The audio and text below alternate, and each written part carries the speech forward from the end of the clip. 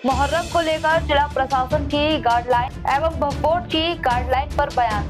मुहर्रम को लेकर छत्तीसगढ़ वक्फ बोर्ड के अध्यक्ष डॉक्टर सलीम राजा ने जारी किया था गाइडलाइन एवं दुर्ग जिला प्रशासन की गाइडलाइन को लेकर भिलाई करबला कमेटी के जनरल सेक्रेटरी गुलाम सैलानी ने कही रोचक बातें। क्या सलीम राज का काम डीजे धमाल बंद करवाना है?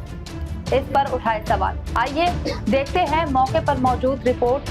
सोहेल चिश्ती क्या बता रहे हैं। अब आज से इस्लामिक नया साल का शुरुआत हो रहा है, यानी कि मुहर्रम की पहली तारीख आज है और आज से 10 दिन बाद यौम अशूरा का दिन मनाया जाएगा, मुहर्रम मनाया जाएगा, जिसको लेकर भिलाई में काफ़ी भारी संख्या में ताजियेदारी होती है और काफ़ी लाखों की तादाद में, हज़ारों की तादाद में लोग सड़कों पे दिखते हैं, जुलूस आपको दिखते होंगे और इसमें भिलाई करबला कमेटी का बहुत बड़ा हाथ रहता है सभी को एकत्रित करने के लिए।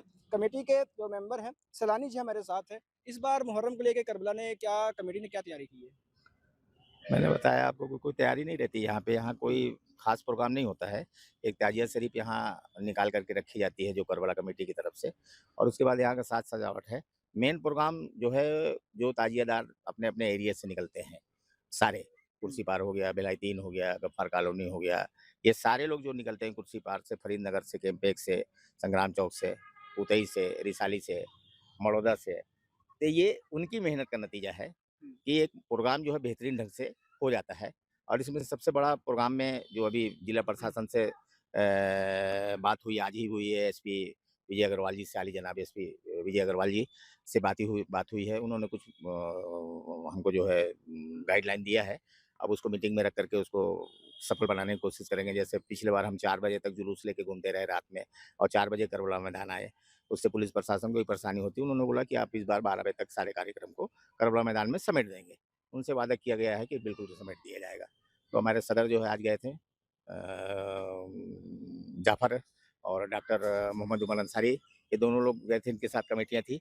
इन्होंने वादा करके आए हैं कि ठीक है, हम पूरी कोशिश करेंगे, जैसे आपने बोला है उसी तरह से अमल करेंगे। अच्छा, आपने जिला प्रशासन का नाम लिया, जिला प्रशासन गाइडलाइन आया है जिसको आप लोग नहीं मानेंगे।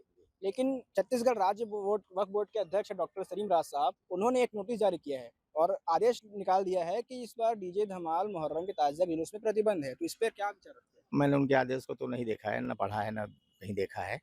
हम तो शुरू से जो प्रोग्राम जैसे होता है वैसे ही होगा और उन्होंने अगर कोई आदेश निकाला है तो आदेश निकालने के पहले उनको ये सोचना चाहिए कि आयोजन समिति से आकर के बात करें और बात करके सारे प्रोग्राम को पहले देखेंगे क्या होता है क्या नहीं होता है। उन्होंने वहाँ बैठ करके अपने कमरे में उन्होंने एक फरमान जारी कर दिया है और ये देखने को मिल रहा है जब से सलीम राज साहब आए हुए हैं। मैं तो उनसे यही गुजारिश करूँगा कि वो ज़मीन पे आएँ और ज़मीन पे आकर के सारी चीज़ों को देखें, लोगों को तोड़ें मत, जोड़ने की कोशिश करें। सियासत करने के लिए अभी उनको वक़्त है।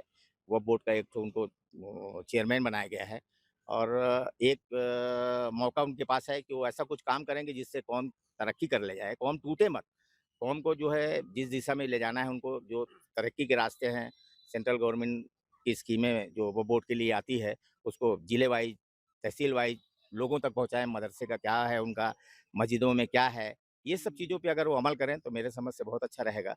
और मैं तो दुआ करता हूँ कि सलीम राज को और अल्लाह तरक्की दे, लेकिन उसके साथ-साथ उनके दिल में एक जज़्बा जगे कि मुझे वक्फ बोर्ड में चेयरमैन रहते-रहते कुछ न कुछ कौम को दे के जाना है। क्योंकि वक्फ बोर्ड में चेयरमैन बनने का मतलब है कि वो मुस्लिम थे, इसलिए उनको बनाया गया। क्योंकि वक्फ बोर्ड, हज कमेटी, मदरसा बोर्ड, ये कुछ ऐसे-ऐसे बोर्ड हैं जिसमें कोई भी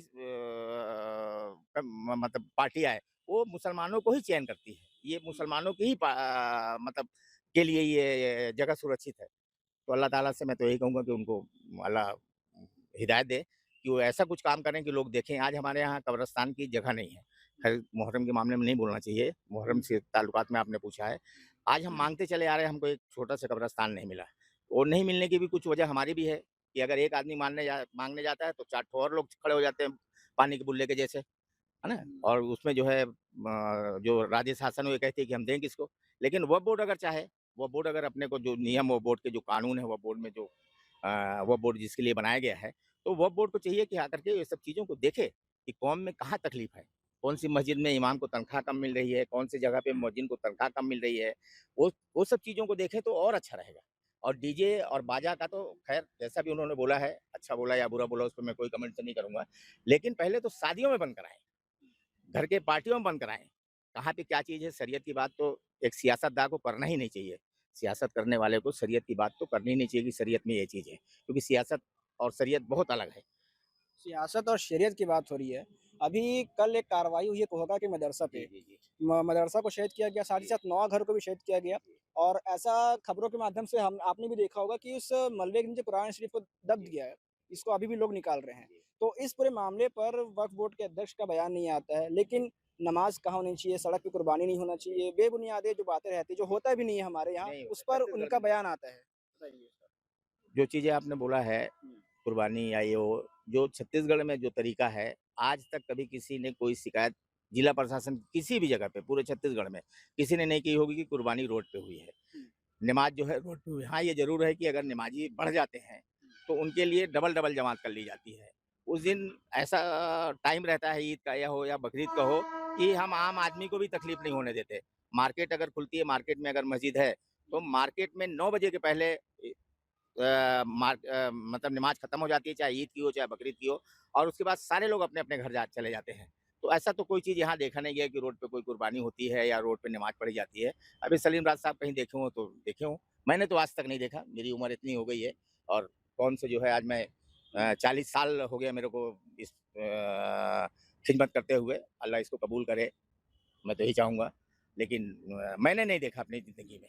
खैर देखा तो हमने भी नहीं है, लेकिन ये सोचने की बात है कि जिस व्यक्ति को जो काम दिया गया है, जो काम के लिए उससे चयन किया गया है, वो काम छोड़कर अलग कार्य में घुस रहे हैं। वो अपने कार्य यानी उसका ज़मीन से जुड़ा कार्य है, वक्फ बोर्ड का काम है, मदरसे को हिफाज़त करना, मस्जिदों का कार्य करना, ज़मीन से जुड़े काम हो गए, कब्रिस्तान से जुड़े काम हो गए, वो काम को छोड़कर हो सकता है इनकी रणनीति होगी कुछ अलग, डीजे धमाल प्रतिबंध लगाना, नमाज के समय को लेने प्रकार जो नियम है वो लागू कर दिए जाते हैं, जो कि पहले भिलाई शहर में होते भी नहीं। स्वागत करते हैं इनके बयान का और इनके आदेश का कि डीजे बंद होना चाहिए, खुराफात बंद होना चाहिए, लेकिन ये कार्य शायद आपका नहीं है, शायद ये कार्य छत्तीसगढ़ के बड़े इमाम का है, बड़े मौलाना का है, जो शरीयत की बात करते हैं उनका है।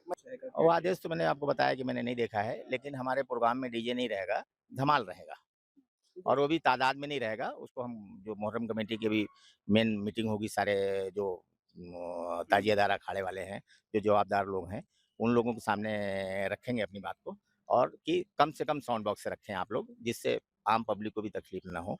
और किसी तरह का जो बयान अभी मुहर्रम कमेटी का अगर किसी और लोग देते हैं, तो वो गैर ज़िम्मेदाराना होगा।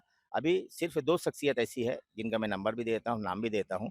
अगर किसी को मुहर्रम से सिलसिले में अगर कोई बात जानकारी लेना है, तो मोहम्मद जाफ़र हैं हमारे सदर जो गफ्फार कॉलोनी में रहते हैं, उनका नंबर और अधिकृत में डॉक्टर उमर अंसारी हमारे हैं, उनका नंबर है 9826582365। ये 2 लोग जवाबदार हैं, जो जवाबदारी के साथ किसी बात को अगर कहेंगे, तो आवाम मानेगी। बाकी अगर कोई मुहर्रम के मामले में आकर के कोई बयानबाज़ी किसी तरह का देता है, जैसे पिछले बार भी कुछ लोगों ने दिया था कि ये ऐसा नहीं होगा, वो ऐसा हो गया, ये ऐसा होगा, तो उनकी बातें गलत है। ये 2 लोग अगर किसी तरह का बयान देते हैं, तो वो मान्य रहेगा। तो इसमें कमेटी को नुकसान तो झेलना नहीं पड़ेगा क्योंकि आप कह रहे हैं कि धमाल लग सकता है, लेकिन जो आदेश आया है उसमें ऐसा लिखा गया है कि 50,000 का जुर्माना लगेगा अगर धमाल लगा तो, और साथ ही साथ कमेटी को निलंबित कर दिया जाएगा। धमाल उस तरह का नहीं रहेगा जैसे धमाल रहता है। धमाल में मतलब 4-5 साउंड बॉक्स रहेंगे और उस तरह से अब वो बोर्ड चेयरमैन साहब किसको-किसको निरस्त करेंगे वो तो वही जाने। अब मुझे तो ना देखा हूँ, आदेश भी नहीं देखा हूँ और उसकी जानकारी भी सही तरह से नहीं है मुझे।